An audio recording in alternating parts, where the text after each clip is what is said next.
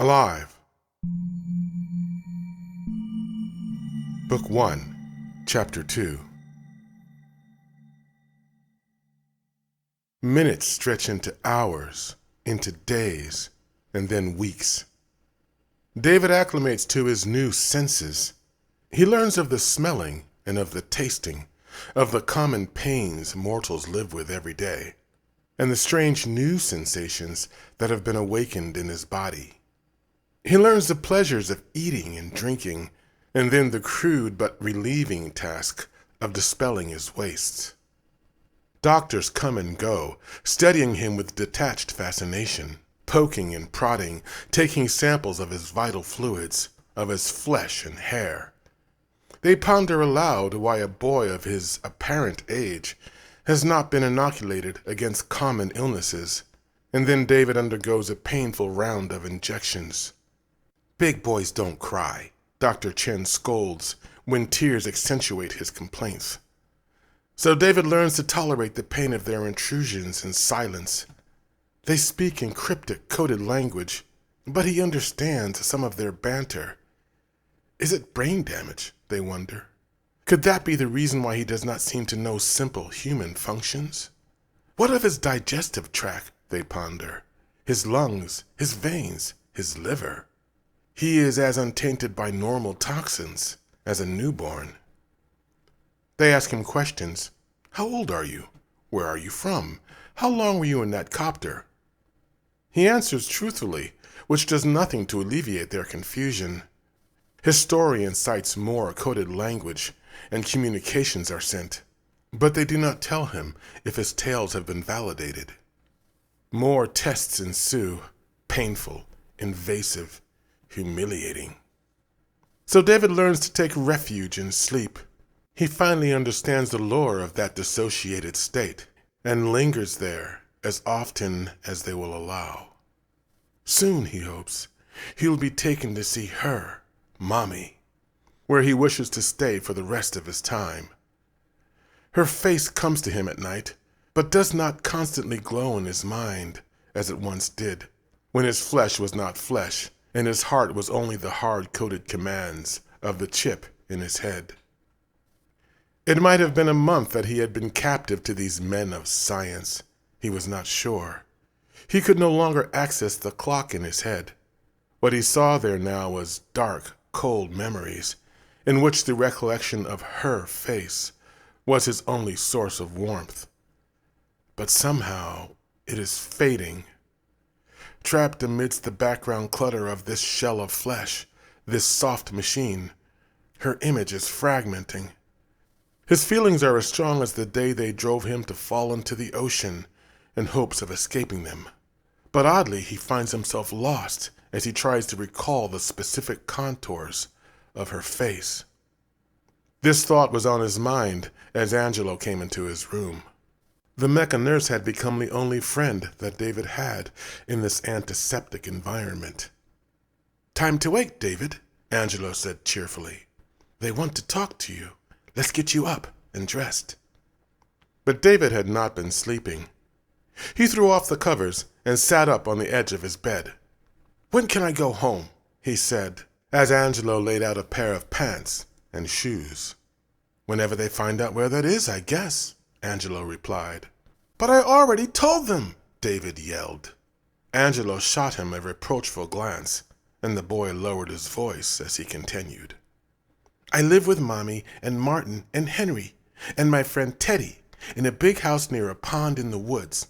I told them when Mommy took me to the forest and about the flesh fair and the end of the world and the blue fairy and when she made me real. What else do they want to know?" Angelo didn't respond for a moment, and there was something sad in his face. But it was gone quickly, and the mecha smiled when he said, "You do know how to dress yourself, right?"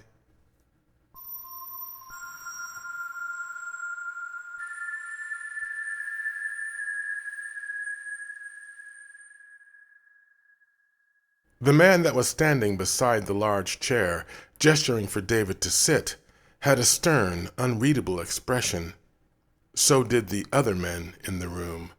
Stern faces and suspicious eyes, made all the more ominous by their dark suits, a few of which were adorned with shiny bits of metal on their lapels.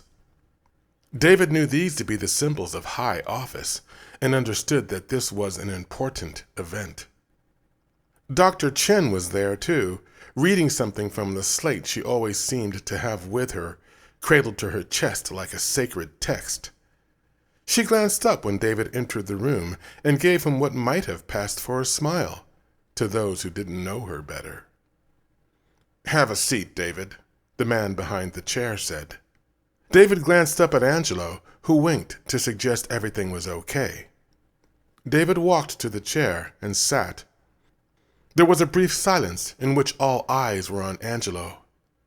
After a moment, the mecha nurse got the message and excused himself from the room. David thought he saw some concern in Angelo's face as he turned to close the door, but could not be sure. He was alone again. Alone with these strange, grim-looking people. They sat as one on the large couch that surrounded the chair, eyeing him from behind unreadable expressions. Finally, the first man spoke. "My name is Grieg, David. Field Commander Grieg to most, but you can call me Jeff if you like. I see no reason to rest on formalities. We're just going to have a nice little chat, okay?" "Okay, Jeff," David said, and nodded his head. But he felt a growing tension as the man named Jeff cleared his throat to start their nice little chat. "David," Jeff started, "I'm going to be frank with you." "Okay, Frank," David said, wondering why the man would have so many different names. The other men in the room laughed, and the mood seemed to lighten. Even Dr. Chen's smile seemed genuine for the first time since he'd met her. The man named Grieg or Jeff or Frank grunted, and the others fell silent again. "Very clever, son, but Jeff will do," he said. "There are some serious concerns we have to deal with. You were found in stolen government property, buried beneath the remains of a submerged amusement park. You were only located because your emergency GPS suddenly came on." David nodded to confirm this information, which he was already fully aware of, and the man continued. "But what really bothers us, son, is that, according to the copter's log, you'd been in there for just under 20 months. That's almost 2 years. Once again, David nodded to show he understood. Jeff glanced around the room before he continued. "There's not enough reserve oxygen in a simple patrol copter to last 2 days, let alone 2 years, son. And even if there was, what would you have survived on? The emergency rations hadn't been touched, and, well, let's just say we didn't see any evidence of any natural bodily functions. You see, it's an impossible story. So tell me, when did you arrive in that copter?" "We took it from Rouge City," David said. "I already told Dr. Chen and the other men about it.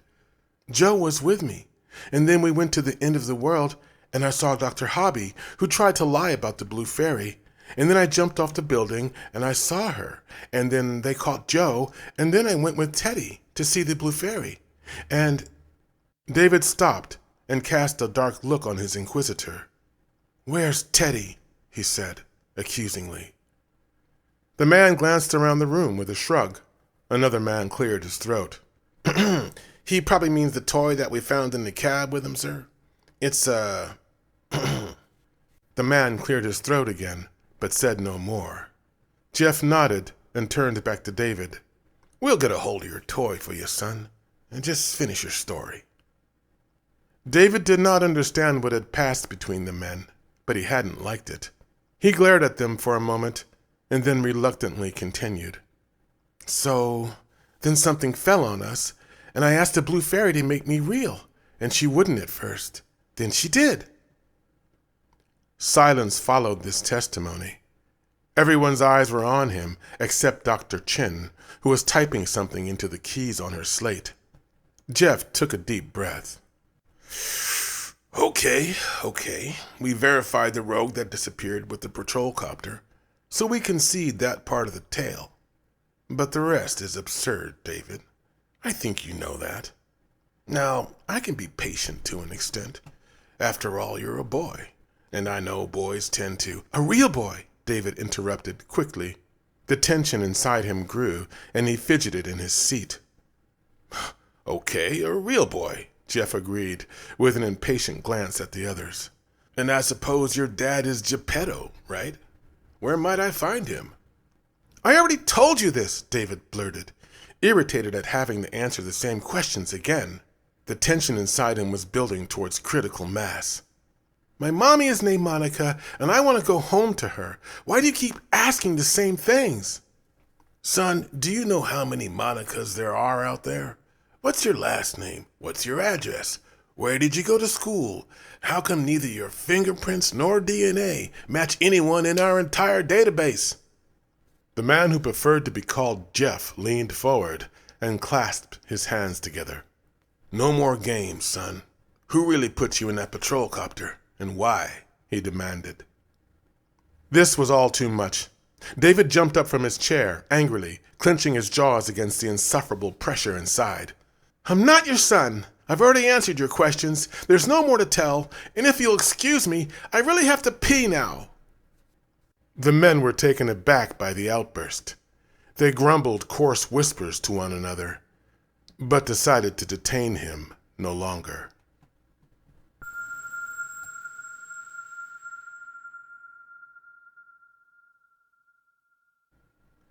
Angelo was grim-faced when he brought David his meal that night. The mecha nurse lingered for a time, moving a few things around on the cart beside David's bed. But it was easy to tell he was pretending, trying to make himself look busy while he prepared to say something.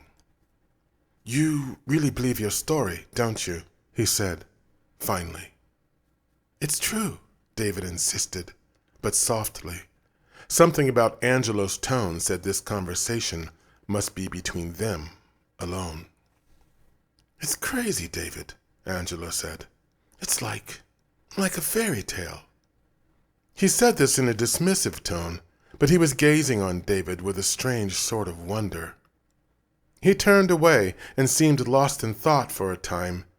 Then he faced David, and there was a new intensity in his eyes. You're telling the truth, aren't you? He said.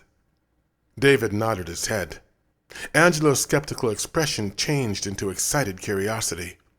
What's it like? He said. David was confused for a moment, and then understood. Oh, it's like... But he realized that he didn't know how to explain. It's good and bad. I mean, it's messy, and it seems to hurt a lot. But then you forget about the hurt, and there's smells and other things. The food is good, I guess. David tried to think of a way of describing the new presence he felt, the way he seemed to be more here than before. But after a minute, he just shrugged. It's hard to compare because, well, I can't really remember a lot about before. It's like... He sought for a word. It's like a dream. Angelo seemed a little disappointed. I can't dream, he said sadly. Neither could I, David replied, understanding. And you can now, Angelo said. David screwed up his face as he thought, and then nodded. I think so, he said. At least I can sleep now, and that's not bad. I like that. There was a moment where the two locked each other's eyes, and then Angelo came to sit on the bed beside the boy. Listen, he whispered. They don't know what to make of you. They think you're some kind of clone, or part of some strange plot. I know it sounds stupid, but... He stopped and considered something before he continued. They don't understand you, David. They fear what they don't understand. And what they fear, they destroy. Destroy? David whispered in shock. Fragmented memories flashed in his mind of shattered metal, electric fire, and chanting crowds of Orga. But I'm real, he cried. Angelo shook his head. I don't mean literally, David, but I think they're planning to send you to a security center for illegal children. If they do that, and your story is true, then no one will ever claim you. You will never get out. David bolted up in his bed, his eyes wide and pleading, his mouth open to yell. But Angelo shushed him. Of course I would never let that happen. Here's what we'll do. The mecha raised his head and seemed lost in thought for a time. Then he turned to David with an apologetic look on his face. I'm sorry, he said. I'm not programmed to develop such strategies. I'll have to seek help in developing a plan for your escape. He rose and walked to the door. I'll know by tomorrow's breakfast. Be ready, he said. Then he was gone, leaving David alone in the antiseptic silence of his room. Mommy, he whispered into the stillness.